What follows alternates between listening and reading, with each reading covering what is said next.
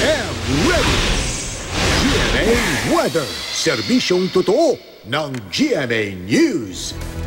Nakaposisyon na ang mga relief goods ng gobyerno sa Ilocos Region at Cagayan Valley kung saan inaasahang datama ang mata ng bagyong Dodong. Yan ang tiniyak ni Social Welfare Secretary Dinky Soliman. Naglabas na rin ang Department of Social Welfare and Development o DSWD ng 1 milyong pisong pondong pambili ng dagdag na mga food packs sakaling kailanganin. Sa ngayon, naka-blue alert na ang gobyerno dahil sa bagyong Dodong.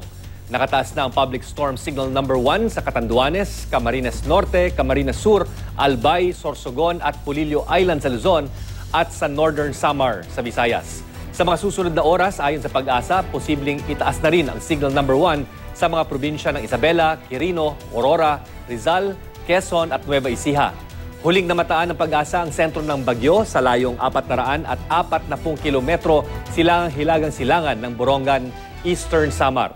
Taglay nito ang lakas na hangin aabot sa 150 kilometro kada oras malapit sa gitna at bugsong hanggang 185 kilometro kada oras.